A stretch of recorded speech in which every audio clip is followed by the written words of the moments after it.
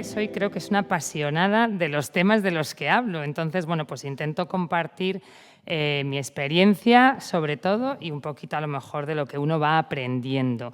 Sobre todo porque durante muchos años llevo ya trabajando con muchos grupos de personas que se mueven en contextos espirituales. Entonces, quiero explicar un poco por qué me viene a mí la inquietud de esto de la espiritualidad en el liderazgo.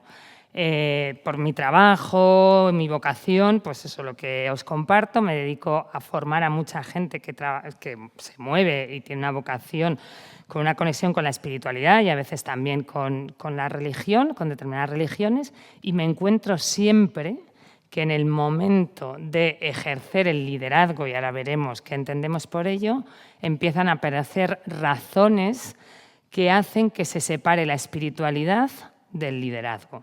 Me explico, ¿verdad? O sea, unas personas que tú dices, son personas que quieren vivir desde esa espiritualidad, pero que cuando tienen que influir, que es lo que vamos a ver ahora, o el sistema, las personas o el sistema, parece que entramos en choque entre unas cosas con otras. Entonces, eso me provocó a mí el deseo, hasta tal punto que hace unos años empecé, lo que pasa es que ahora lo tengo un poco parado por cantidad de cosas, una tesis doctoral sobre este tema. ¿Qué tipo de liderazgo es necesario para que en las organizaciones se mantenga la identidad, el propósito y estén conectadas con algo más trascendente? Bueno, un poquito por explicaros, creo pues, que estoy hoy un poco aquí.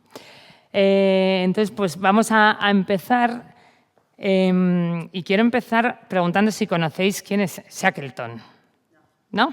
Bueno, pues mejor porque así uno dice algo que os vais con ello. Pues Shackleton fue un explorador que en 1914 iba a liderar una expedición a la Antártida, cuando estaban descubriendo y los primeros viajes a la Antártida. Bueno, pues él programa un viaje con 27 exploradores en un barco llamado el Endurance, de resistencia, de fortaleza, que es que tiene su importancia, y no consiguieron ni salir adelante, o sea, no consiguieron ponerlo en marcha, pero estaban ya en una zona cercana a la Antártida.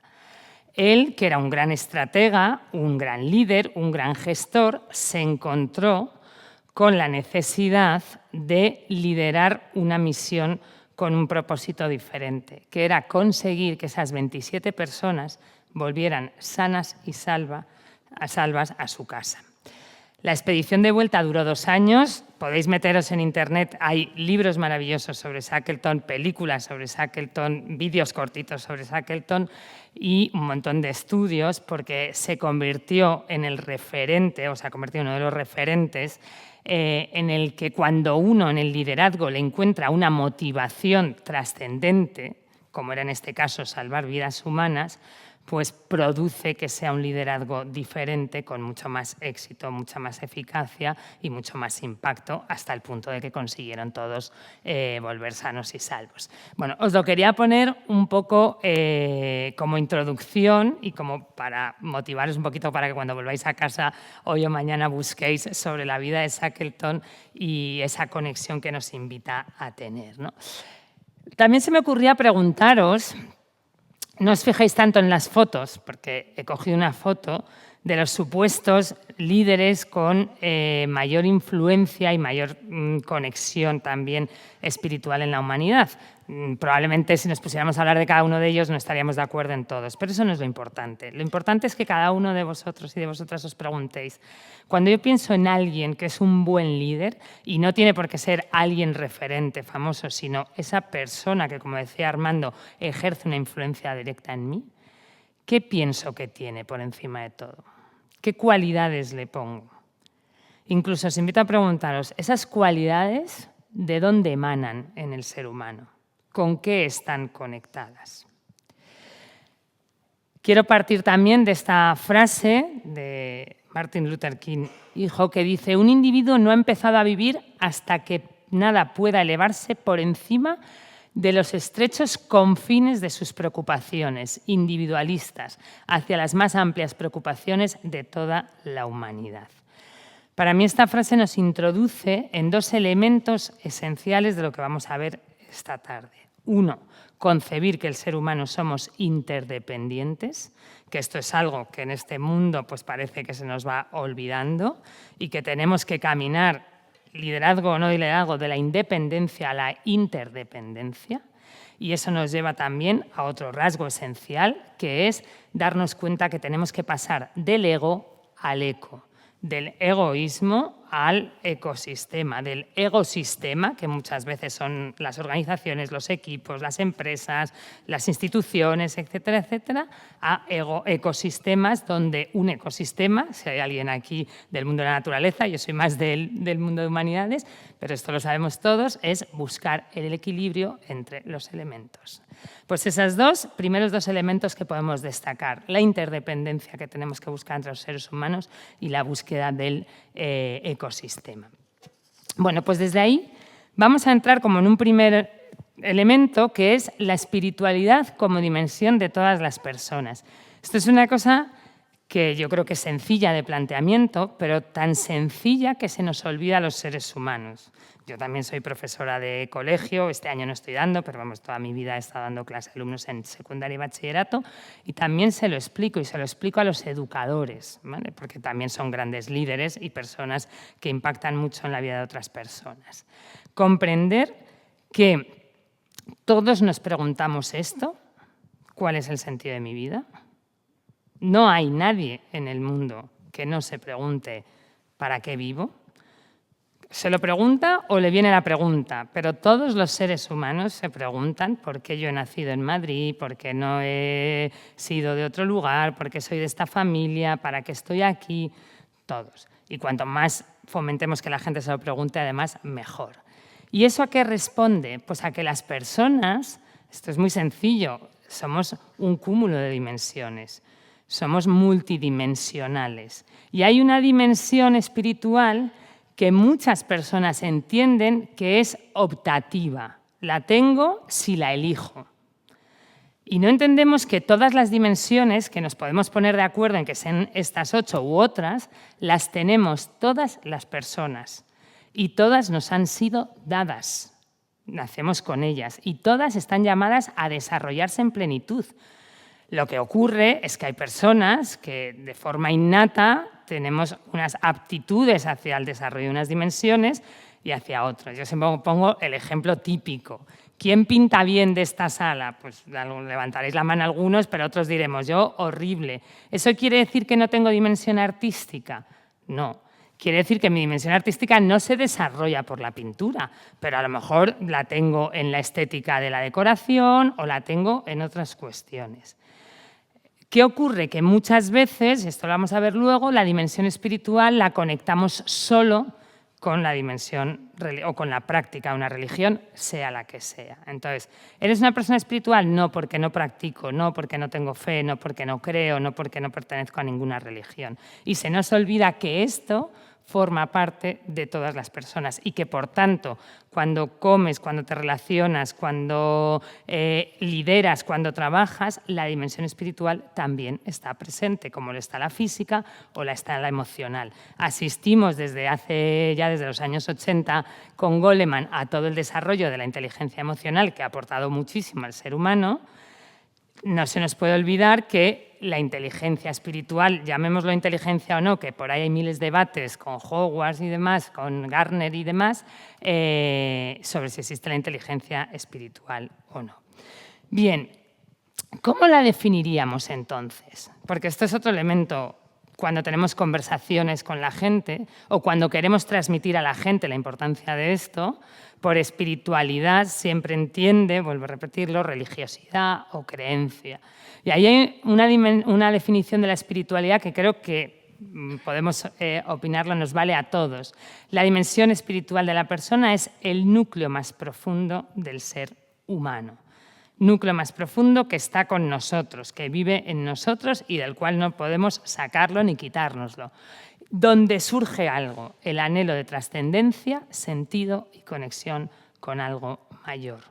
Como todo, si de pequeños o si en determinados momentos de la vida, más en el proceso evolutivo, nos han educado o nos han potenciado el desarrollo de esa dimensión, pues la tendremos más desarrollada o habrá florecido más. Si no nos la han tocado, entre comillas, no nos la han educado, pues la tendremos más apagada. Pero lo mismo ocurre con la dimensión comunicativa o con la dimensión física o con otro tipo de dimensiones, ¿vale? Por lo tanto, tener claro que esa dimensión la tenemos todas las personas y que nos une a todos en esto que compartimos como seres humanos. A lo largo de la historia, varios filósofos han hablado también. Yo he escogido 4 para daros 4 visiones de la espiritualidad, pero vamos a ver que se conectan. No se trataba de dar hoy una sesión de filosofía, ¿no?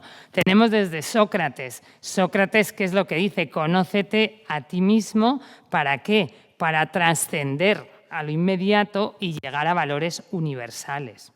O sea, que es del dentro hacia afuera. Elemento también fundamental.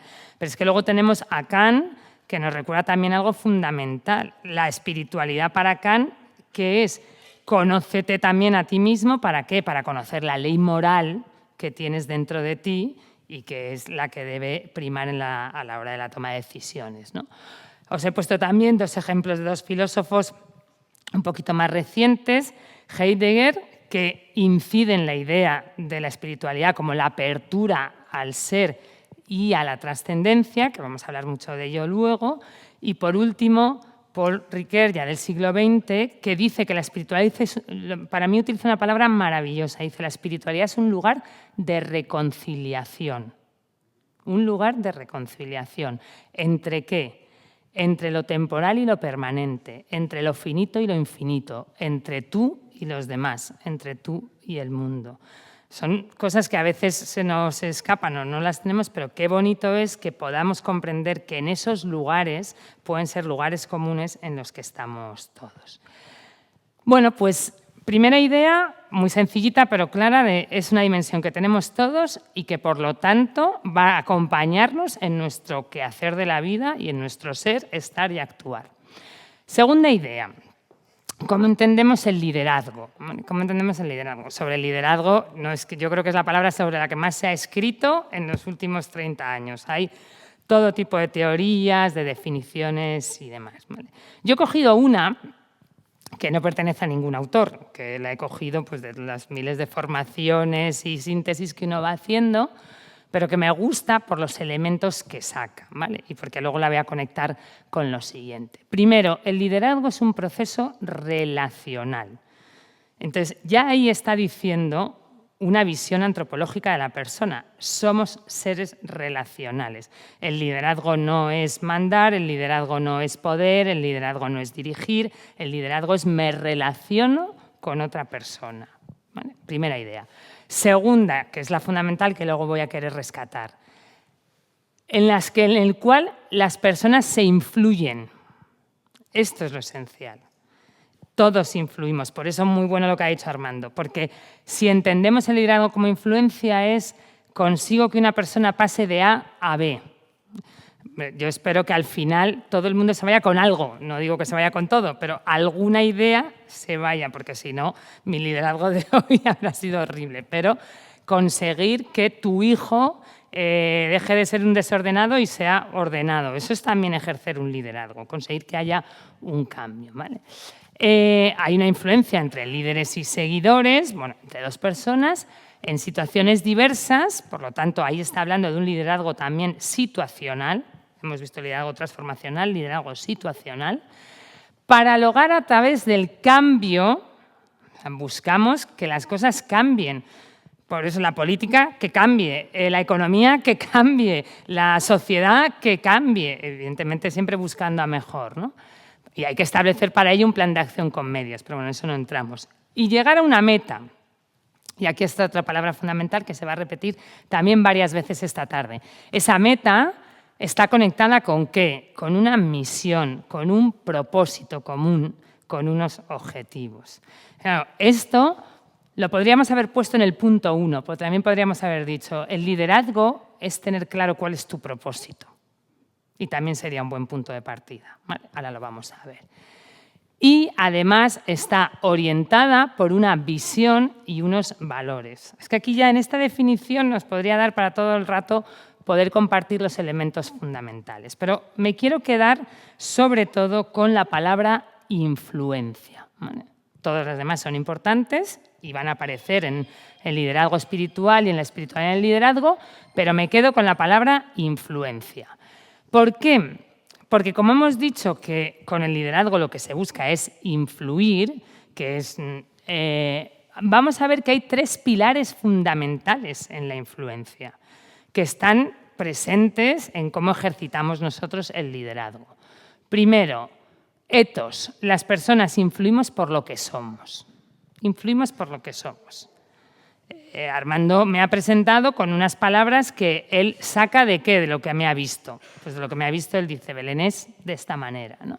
Influimos sobre todo por lo que somos. Segundo, patos, ¿vale? Patos. Influimos por lo que hacemos sentir a los demás. Fundamental. Hay gente que dices, esta persona le sigue la gente. ¿Por qué? Pues porque se siente bien a su lado, reconocida, acogida, bueno, etc. Y tercero, influimos también por nuestros logos, por nuestra comunicación, por nuestras ideas, por nuestro pensamiento. Esto es, a mí esta visión sistémica, holística, integral del liderazgo como influencia que ejerzo por lo que soy, por lo que pienso y comunico y por lo que hago sentir, me parece que ya está diciendo mucho del estilo de cómo ejercer un liderazgo espiritual. Vale. Pero ahondo un poquito más en esta idea de la influencia, y es que hay 4 niveles de influencia. En primer lugar está la influencia sobre uno mismo, y aquí ya os doy una clave, un spoiler del final. Aquí está lo más importante. Si queremos incorporar la espiritualidad al liderazgo, lo esencial es el liderazgo sobre uno mismo. Uno no puede no autocontrolarse, no puede no conocerse, no puede... liderazgo sobre uno mismo, que si os fijáis es el círculo más, no más grande así, pero sí el que más tiene, ¿vale? Porque es lo más importante. Después está la influencia que voy a ejercer sobre los otros, equipos, familia, amigos, el círculo cercano, el liderazgo de influencia que puedo ejercer sobre la organización, ¿vale? Y el liderazgo e influencia ya sobre la sociedad. En el caso, por ejemplo, de la educación, de la política, bueno, sí, de los líderes políticos. Pero lo importante es que si entendemos el liderazgo como influencia, el pilar de ese etos, patos y logos está aquí, ¿vale? De tal manera que nos puede quedar clara esta idea. ¿Se puede liderar sin influir? Sí, pero no se puede ser un buen líder sin influir. Esto es, yo que doy clase de historia, soy licenciada en historia, ¿cuántas veces me han preguntado a mí los alumnos? Pero es que Hitler era muy buen líder, porque realmente influyó en muchas personas, ¿vale? Pues hay que desmontar ese no buen líder en base a todo lo que hemos visto anteriormente, ¿vale? De tal manera, y con esto ya acabo la parte del liderazgo, que tenemos que entender que el liderazgo supone hacer una evolución del control a la influencia. No voy a leer todo esto porque la presentación se os queda, pero aquí tenemos la manera de actuar cuando el liderazgo está movido por el control y, por tanto, no está conectado con el etos, el patos y el logos, o está movido por la influencia y está fundamentado, sustentado en el etos, el patos y el logo, ¿vale? De tal manera que vamos a ver, y me quedo con lo positivo, que en la influencia, desde tu profundidad, lo que buscas es lo mejor para la organización y para el equipo, no solo para ti como líder. Y esto es tan fácil de decir como difícil de hacer. Vamos a ver ahora, ¿vale? Bueno, y aquí podemos ver pues, otra serie de características que van a salir más veces, el espíritu de equipo, el cambio se promueve por el deseo y la motivación, no por obligación, etcétera. Vale. Bueno, esta parte del liderazgo la termino con esta frase donde dice, al fin y al cabo somos lo que hacemos para cambiar lo que somos. este es el objetivo fundamental, incorporar la espiritualidad para que como líderes seamos mejores líderes, para que como personas ejerzamos una mejor influencia en los demás. Y entro ahora en un tercer elemento, que es la dimensión espiritual del liderazgo, ¿vale? Hemos visto dimensión espiritual de la persona, liderazgo como influencia, y ahora vamos a conectarlos, la dimensión espiritual del liderazgo. Lo primero que quiero hacer es, parto de esta frase de este señor Sanders, que tiene un libro que se llama Liderazgo, espiritualidad en el liderazgo. Está muy centrado en la religión cristiana, pero aporta muchos elementos comunes porque se basa en la espiritualidad. Y me encanta esta frase, dice: la espiritualidad no es un añadido opcional para el liderazgo, es su esencia misma. Esto es, con esto pues uno se lo graba y ahora dice: ahora esto cómo me lo llevo cada día a mi tarea y a mi ejercicio del liderazgo, ¿no? En la esencia del liderazgo es la espiritualidad. Y si nos vienen a la cabeza grandes líderes, que podemos tener todos, típicos y tópicos, pero que lo han sido: Nelson Mandela, Gandhi, la Madre Teresa, Luther King, que ha salido antes, todos encontraremos ese elemento común. No ha habido un buen líder de la humanidad que haya transformado para bien que no tuviera un desarrollo importante ni pusiera la espiritualidad en un lugar prioritario. Bueno, quiero solamente esto como muy breve, pero para mí es muy importante. Cuando hablamos de la espiritualidad del liderazgo, tenemos que dejar claro que el liderazgo espiritual no es religión y que incorporar la espiritualidad en el liderazgo no es religión, porque tenemos que tener claro que interioridad, espiritualidad y fe, religión son tres cosas diferentes, que en la sociedad y en general se mezclan mucho. Yo en el mundo educativo esto lo veo con mucha frecuencia. ¿Cuáles son las diferencias? Pues que la interioridad, efectivamente, es ese núcleo más hondo de la persona, y alguno diréis: pero esto también lo has dicho en espiritualidad. Sí, pero en espiritualidad he dicho que nos lleva a preguntarnos por el sentido y a abrirnos a la trascendencia, a preguntarnos por algo que excede nuestro ser tangible, nuestro ser finito.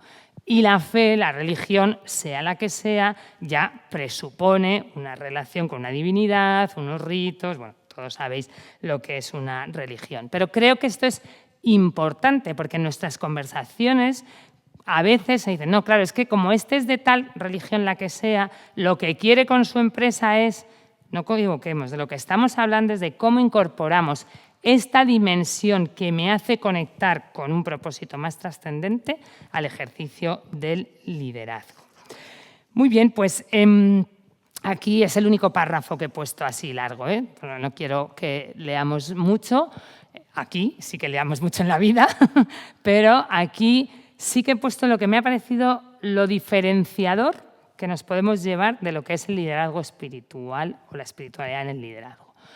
Lo innovador es que el liderazgo se ejerce con un propósito más trascendental.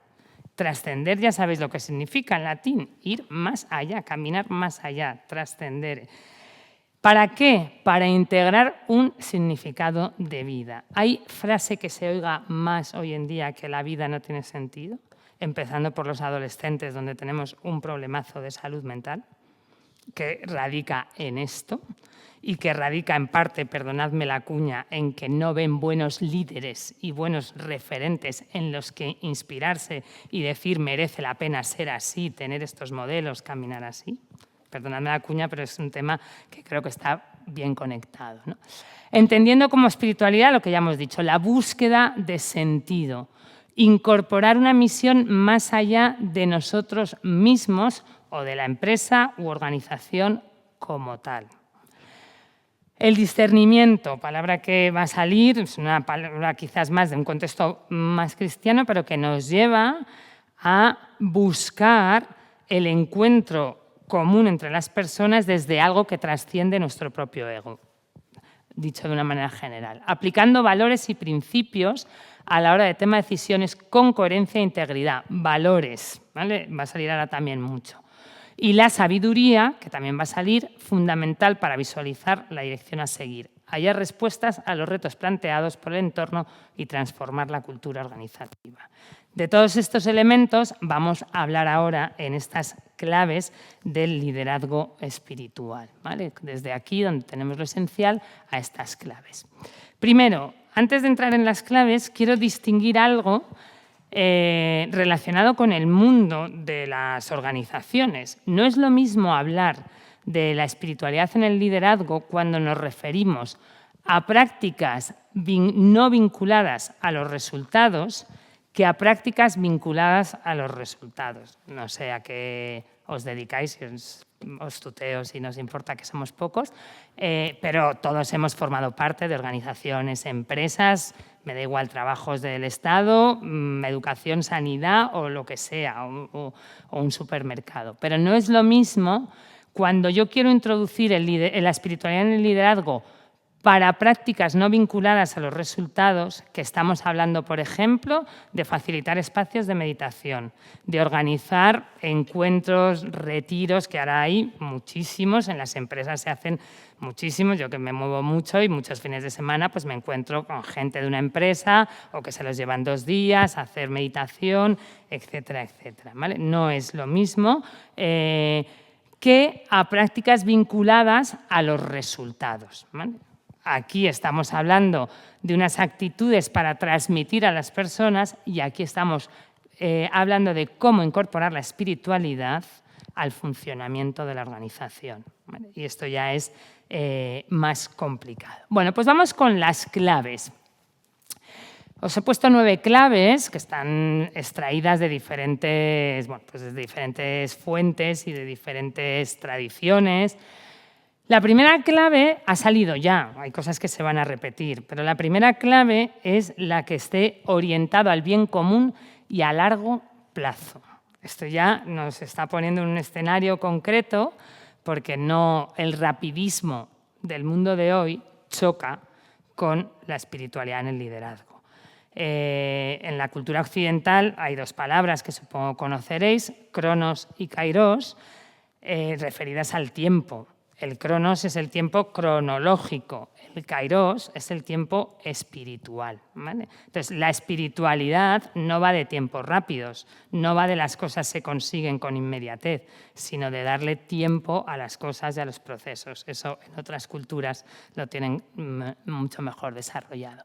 Por lo tanto, un liderazgo conectado con un propósito que generalmente va a estar vinculado con un bien común, como hemos dicho antes, que me hace salir de mi ego para ir al eco y que no me incomoda la búsqueda de resultados inmediatos. Una segunda clave, el liderazgo de servicio. Hablar de la espiritualidad en el liderazgo es hablar de ponerte al servicio de las personas, de entender el poder y la autoridad como un servicio.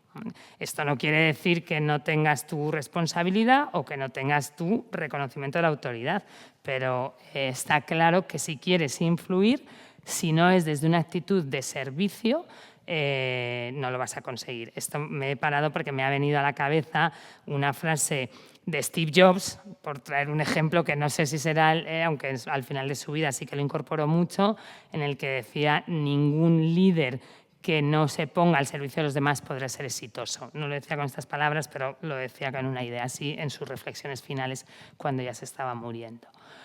Con un liderazgo que se abre a la trascendencia. Este es el elemento, yo diría que casi fundamental, porque es lo que define la espiritualidad. Me abro a que haya algo más allá de mí mismo, de mi finitud, de mis cualidades, de mis intereses, de mis propósitos. Y veo más allá, ¿vale? Más allá, que ya puede ser también, lógicamente, nos abrimos a la divinidad. Cuarta clave, la sabiduría interior y práctica. Esto ya lo dijo Sócrates, o sea, no voy a venir yo a decir lo que dijo ya Sócrates.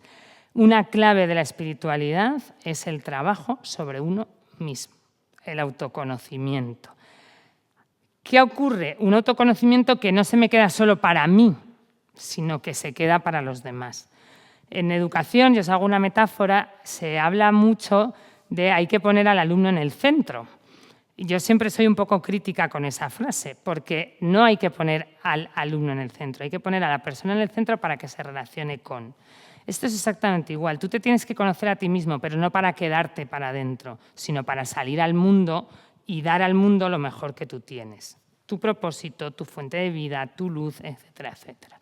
Sabiduría interior, que es también una sabiduría práctica, es decir, que me lleva a desarrollar habilidades para influir en los demás.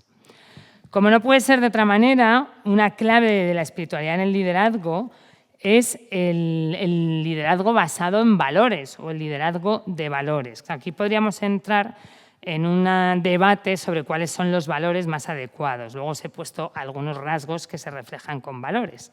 Pero lo que quiero sobre todo transmitiros es sobre estas 3 cosas. Primero, la importancia de conocer cuáles son tus valores.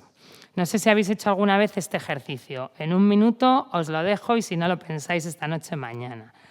Imaginaos que vais en un crucero de aquí a América, por ejemplo, y en ese crucero el barco, como el Endurance de Shackleton, se va a hundir. Y entonces te dicen, coge los 10 valores que para ti sean imprescindibles y os los apuntáis en una lista. Pero es que al cabo de un rato te dicen, si te quieres salvar solo te puedes quedar con 5. ¿Cuáles serían los 5 valores con los que te quedarías en la vida para poder salvarte? Para poder que no hundirte en el Titanic y estar en el Endurance y volver a tu casa. Es un ejercicio muy bonito, sin haceros spoiler, porque a veces nos cuesta quedarnos con esas 5 cosas. ¿Vale? Bueno, pues primero, conocer bien tus valores. Segundo, y esta palabra va a salir con diferentes sinónimos, la congruencia, la coherencia. O sea, si algo actúa como dices, sé coherente con lo que dices, la congruencia con tus valores, ¿no? ¿Cuánta gente habla de libertad? ¿Cuánta gente habla de democracia? ¿Cuánta gente habla de justicia? ¿Cuánta gente habla de paz? ¿Cuánta gente habla de? Y luego no quiero ser catastrofista porque mi mirada del mundo es esperanzada, pero estamos también donde estamos. Congruencia. Y tercera, priorizarlos. Porque cuando tú quieres influir, no puedes llegar a todo. Entonces, tienes que focalizar. Es decir, bueno, yo quiero influir, por ejemplo, que se vea en mí que soy una persona que practico mucho la justicia, por ejemplo, o que tomo decisiones de manera equitativa, ¿vale? Y no de manera arbitraria, que soy coherente con lo que digo y hago. Pues cada uno tiene que priorizar sus valores y trabajar sobre ellos. La sexta clave de la espiritualidad en el liderazgo es el enfoque inclusivo. Esto también es otra cosa fácil de decir y difícil de hacer. Me he callado porque a las 4 de la tarde estaba participando en una mesa redonda que era una cosa en la que se hablaba y salía el tema de incluir y de escuchar todas las voces, ¿no?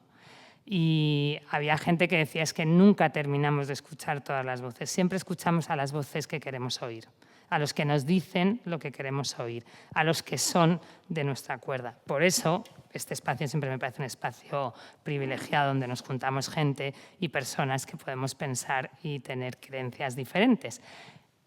Inclusión es que en cualquier lugar en el que yo intervengo, familia, empresa, organización, incluya a todas las personas y a toda la persona. No sé si se entiende esto bien. Quiero incluir a toda la persona con su ser emocional, con su ser comunicativo, con su ser racional, con su ser físico y a todas las personas con la diversidad y variedad a la que sean, ¿vale? Y, por supuesto, cuando voy a ejercer el liderazgo, tengo en cuenta su voz para la toma de decisiones. No solo que a veces caemos en escuchamos, pero bueno, ya nos lo han dicho, que yo luego tomaré la decisión que quiera, ¿vale? De eso hablaremos al final. 3 componentes claves más. Uno ya ha salido, pero es que para mí es muy, muy esencial, muy referente, que es lo relacional.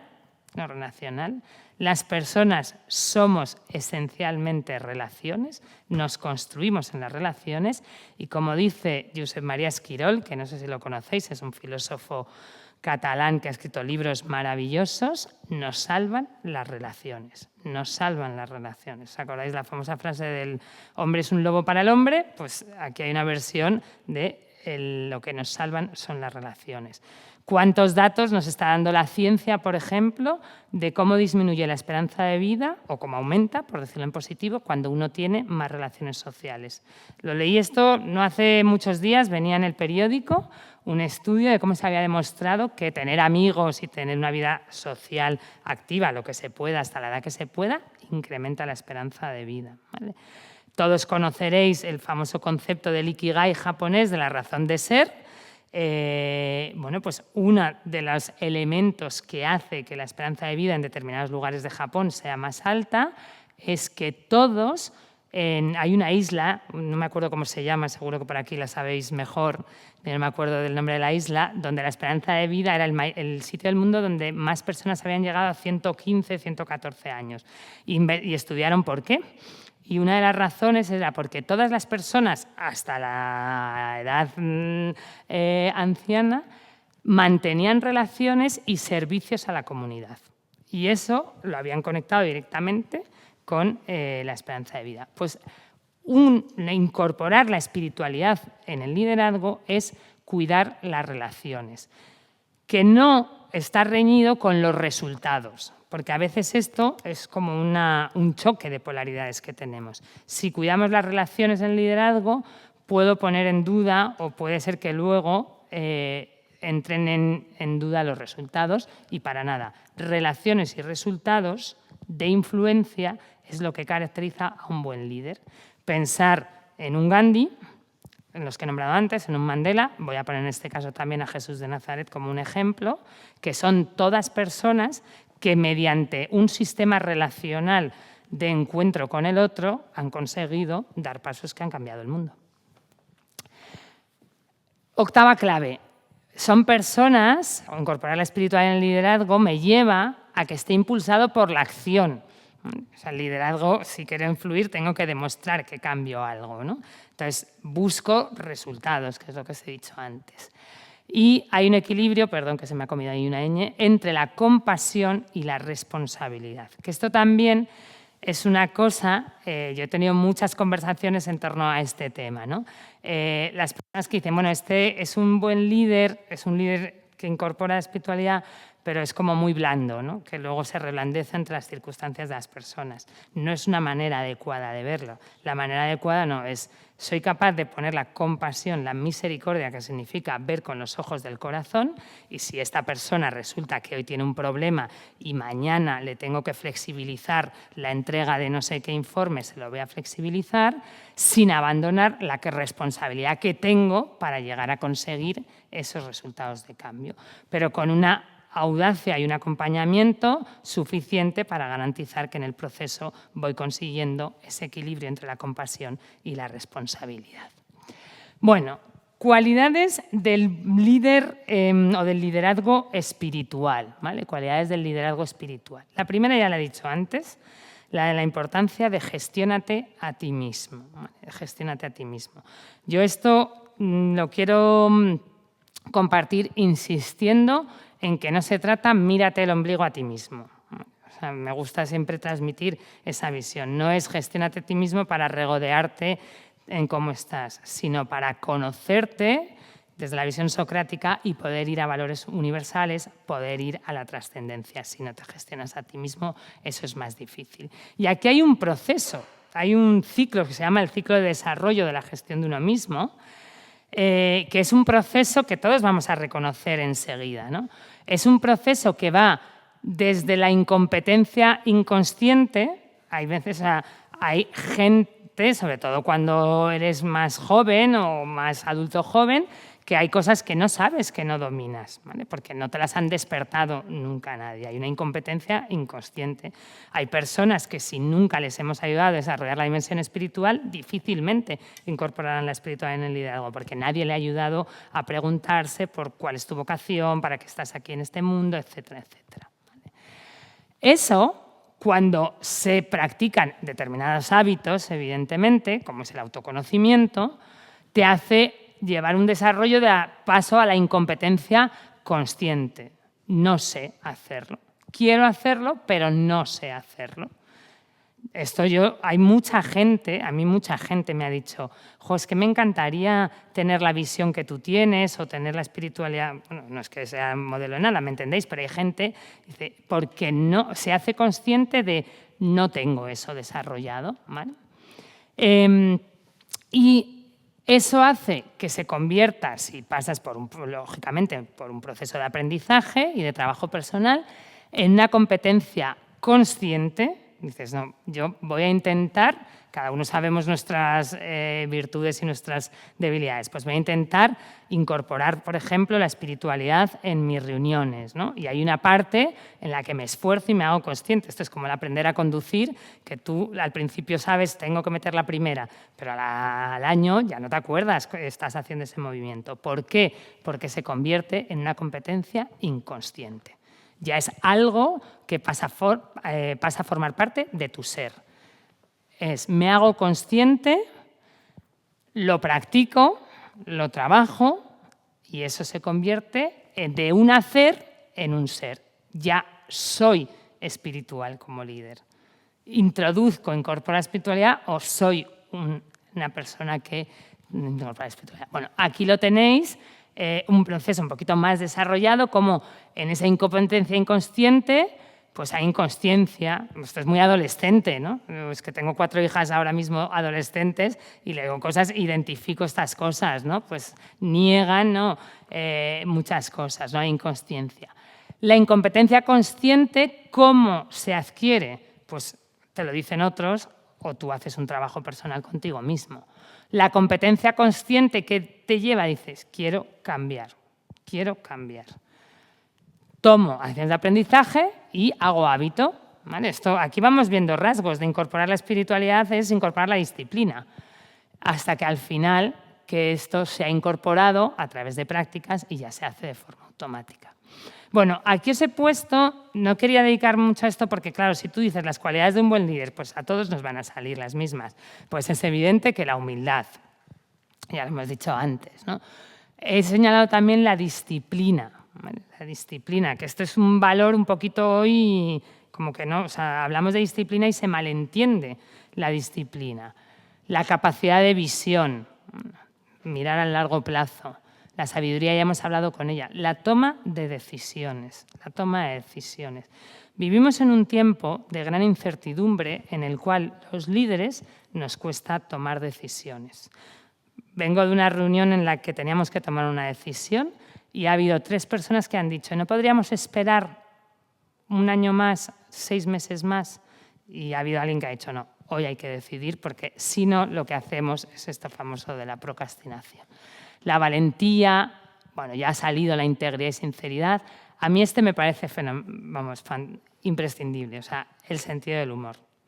Una persona que contagia, que va más allá, que es trascendente, es capaz de ponerle humor a las cosas. Hoy tenía una conversación con una compañera mientras que medio comíamos y hablábamos de esto, ¿no? Y me decía, es que hay que darse cuenta de las cosas que hacemos, de la trascendencia que tienen. Y yo le decía, sí, pero también hay que darse cuenta que a las cosas hay que ponerle sentido del humor y que si no salen, pues ya saldrá la próxima y que nos tomamos 2 cervezas y fenomenal, ya vamos a mejorarlo, ¿no?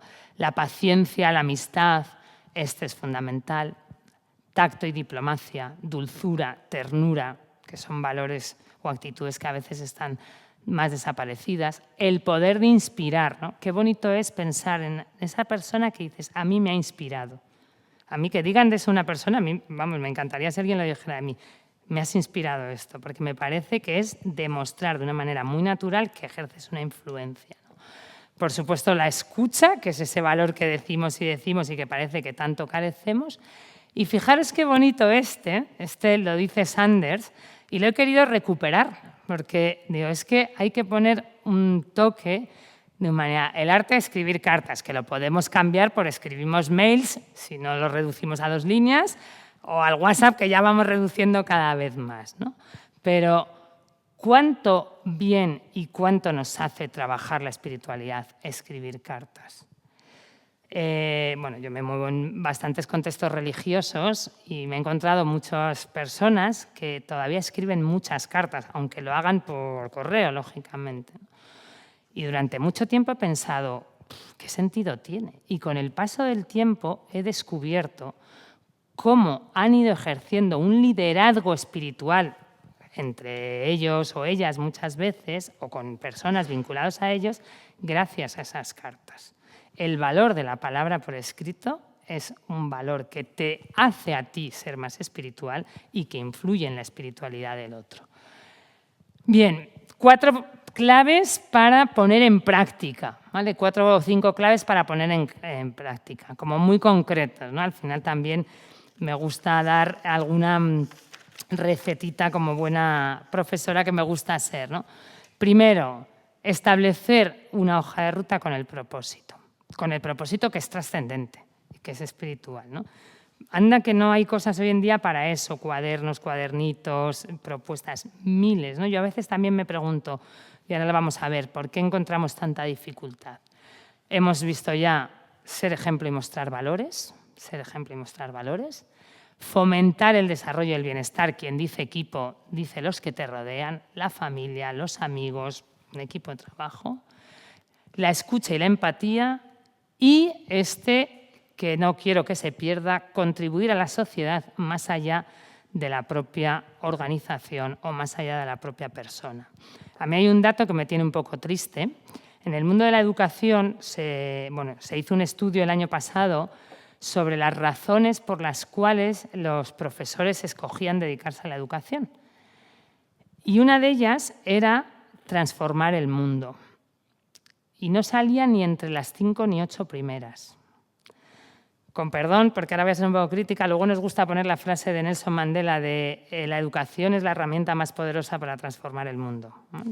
Mandela, Malala, todos estos ejemplos de líderes positivos. Pero la realidad que estamos teniendo, ¿y por qué es? Pues porque muchos educadores, y de estos puedo dar fe clarísima, no están conectando hoy en día su tarea educativa con su propósito vital. Porque si tú entiendes que con tu tarea, que es ardua y que muchas veces es muy desgastante, cambias la vida de una persona, estás encontrando aquí, pues vas a cambiar la sociedad. Pero esto es lo que necesitamos trabajar, algo que no lo he puesto, pero lo aprovecho y lo digo ahora, que es la cultura vocacional de las personas. La respuesta a quién soy yo y para qué estoy en este mundo. Este es el punto de partida. Y la cultura vocacional no me habla ni de religiones ni de vocaciones religiosas. Me habla de quién soy yo y cuál es mi propósito vital, dónde está mi fuente de vida, para qué he venido a esta humanidad. Beneficios. Beneficios del liderazgo espiritual. Bueno, he puesto muchos, ¿eh? Creo que no los voy a leer todos para no cansaros, pero ¿en qué revierten? Pues en el bienestar de la persona, del grupo, del equipo y de la organización, ¿vale? Entonces, hace que todos estemos mejores. En vez de leeros esa lista, que la tenéis ahí, la podéis mirar y se os va a quedar en la presentación, os voy a compartir algo que a mí me resultó curioso. En Brasil existe una organización que se llama el Instituto de la Feliciencia. Feliciencia, ¿vale? Que es una palabra que resulta curiosa, ¿no? Felicidad y eficiencia. Entonces, es un instituto que se ha dedicado a estudiar la relación que hay entre la felicidad y la eficiencia. Y llegaron a una máxima que a mí me parece sugerente, y es que en los grupos humanos, sobre todo en las organizaciones, a mayor felicidad, mayor eficiencia. Pero a mayor eficiencia no hay mayor felicidad. Entonces, uno se tiene que preguntar, hoy en día, ¿qué potenciamos más? ¿La eficiencia o la felicidad? Entonces, claro, nos lleva a darnos cuenta de una felicidad que es una felicidad con sentido, no es una felicidad de hoy va a ser un gran día, que también, sino una felicidad en la que encontramos y dicen, para que eso se dé, se tienen que dar 3 condiciones. Fijaros cómo están conectadas con la espiritualidad del líder. Conexión con tu propósito. Volvemos otra vez al sentido de las cosas. Tener buenas relaciones en tu entorno. 2, 3, dice, con que tengas 2, 3 amigos ya es suficiente. Que todo el mundo en sus entornos laborales tenga 2, 3 amigos, no compañeros conocidos, amigos. Y tercero, que tengas metas desafiantes, es decir, que te ayuden a ver que puedes generar un cambio, impactar en un cambio. ¿Vale? Bueno, pues creo que ese es el mayor beneficio, que si ejercemos la espiritualidad en el liderazgo, al final lo que conseguimos es una mayor feliciencia. ¿Cómo mejorarlo? Ya vamos a ir terminando con el cómo mejorarlo y qué desafíos afrontar. Pues primero, mejorando el carácter de la obra, de la propuesta, ¿vale? O sea, mejorando el clima, el propósito, el sentido. Segundo, profundizando en el tono espiritual, incorporando prácticas espirituales, tanto las relacionadas con, vamos a decir, el resultado de la organización, como las no relacionadas, ¿vale? Tercero, algo muy importante, para influir hay que saltar piedras o hay que quitarlas del camino, porque siempre vamos a tener piedras, cruces, olas o lo que sea. Vamos a tener inconvenientes, ¿no? Resistencias, como vamos a ver. ¿Cómo? Mediante el trabajo sobre el ánimo del grupo. ¿Quién ejerce esa influencia en el ánimo? Quien su ánimo lo tiene trabajado. Porque todos llegamos algún día mal, estamos enfadados, nos enfadan cosas. Si yo tengo un encuentro con las personas con las que trabajo y voy con ese enfado, lo que hago es provocar un malestar mayor, ¿no? Si no me gestiono bien esa emoción, no me gestiono bien espiritualmente, yo estoy aquí para algo más y tengo que dejar esto al lado, pues todo se desemboca, ¿no? Ya he dicho 1000 veces cultivar las relaciones personales para engrasar las ruedas que frenan. No hay nada como una caña, un vino o una comida. Eso, ya sé que es muy español, muy occidental, pero eso salva. Un compañero me dice, oye, tenemos un problema con una persona que tú conoces, ¿podemos quedar a comer los 3? ¿Cómo estamos buscando la solución? Mediante una comida, ¿no? Rectificar para resolver problemas. La rectificación, además, implica humildad, implica reconocimiento de errores, implica petición de perdón, todas cualidades que acompañan a la espiritualidad. Y suplementar, lo que falta mediante una planificación creativa. ¿Vale? Es verdad que te implica también dar lo mejor que tienes. A mí esto, me he pensado mucho si ponerlo o no, pero es que lo veo tanto que necesito compartirlo, porque creo que es una de las grandes cosas. Hay costes en el liderazgo, en el espiritual y en el no espiritual, pero desde la dimensión espiritual los podemos vivir de otra manera. Suena una palabra muy antigua, la palabra negación, ¿vale? Pero si la ponemos resiliencia, si la ponemos resistencia también, nos sonaría más a moderna, pero es la misma, es tener claro que yo quiero llegar ahí y cuál es mi propósito y voy a luchar por ello y que voy a pasar piedras, que voy a caer y que lo voy a pasar mal. No quiero hablar de la soledad porque es el elemento clave y por el cual mucha gente hoy en día renuncia a ejercer funciones de liderazgo.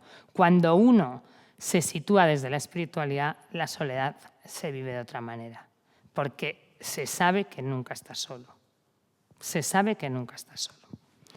La fatiga y el cansancio, que es normal y lógico, aceptar la crítica que no le vas a gustar nunca a todo el mundo, el rechazo que eso provoca o sostener la presión que se genera. Cuando eso está anclado en un propósito que trasciende a ti mismo, pues evidentemente todo eso pasa y no se pasa bien, pero eres más capaz de llevarlo a cabo. ¿Vale? Y creo que termino con los desafíos. ¿Vale? Termino con los desafíos. El primero, la resistencia al cambio. Hablar de espiritualidad en el liderazgo en determinados, en la mayor parte de los contextos es muy, muy complicado porque se ve como algo que pertenece a la religiosidad o algo que no es propio. Aunque cada vez se va hablando más del liderazgo espiritual y de organizaciones espirituales, que eso es un concepto que ya va surgiendo en las fuentes y en la literatura. Segundo, el gran desafío del equilibrio entre el profesionalismo y la espiritualidad. Este tema me gusta muchísimo, no me quiero extender porque ya estamos sobre el tiempo, pero es el equilibrio que tenemos que encontrar entre lo técnico y lo que va más allá de lo técnico, lo que está vinculado con la identidad, con la misión y con los valores de la organización. Esto ocurre muchísimas veces. Hay una tensión, una polaridad entre tenemos que ser muy profesionales y obtener resultados, pero a veces eso me pone en tesituras o en dilemas éticos frente a la misión, visión y valores que tenemos como organización. Y esto es una tensión que se da sobre todo en las organizaciones con identidad o más vinculadas a la espiritualidad. El tercero, el respeto a las diversas creencias e inclusión, que eso ya ha salido, pero estamos hablando de que es también un desafío, no solo una clave. Y para mí, todos esos están muy presentes, pero el gran desafío es una nueva manera de tomar las decisiones. Todo esto que he contado creo que cobra su sentido pleno cuando se toman las decisiones desde otro lugar. Un lugar que nos conecta desde el espíritu de cada uno, desde el propósito de cada uno, desde el sentido de trascendencia de cada uno y no desde otros intereses personales, económicos, organizacionales, etcétera, ¿no? No me voy a extender más porque igual da para otro tema, pero la incorporación de nuevas prácticas de deliberación, de discernimiento, etcétera, pueden ayudar. ¿Hacia dónde nos dirigimos? Y con esto ya voy terminando. Pues incorporar la espiritualidad en el liderazgo significa dirigirse a una manera de liderar en la que creamos en común. Creamos en el amplio sentido de la palabra crear, construimos, decidimos, diseñamos, caminamos en común. Pues termino con esta frase de Viktor Frankl, que también me ha resultado muy sugerente. Seguro que casi todos habéis leído El hombre en busca de sentido y si no, hay que leerlo. Viktor Frankl, ya sabéis que es un superviviente del Holocausto, festividad que celebramos ayer. Entre el estímulo y la respuesta hay un espacio. La frase tiene su calado, ¿eh? Entre el estímulo y la respuesta hay un espacio. En ese espacio está nuestro poder para elegir nuestra respuesta. En nuestra respuesta yace nuestro crecimiento y nuestra libertad. Si entre el estímulo y la respuesta lo que metemos es la espiritualidad, tendremos la posibilidad de crecer nosotros y los que tenemos a nuestro alrededor. Pues muchas gracias.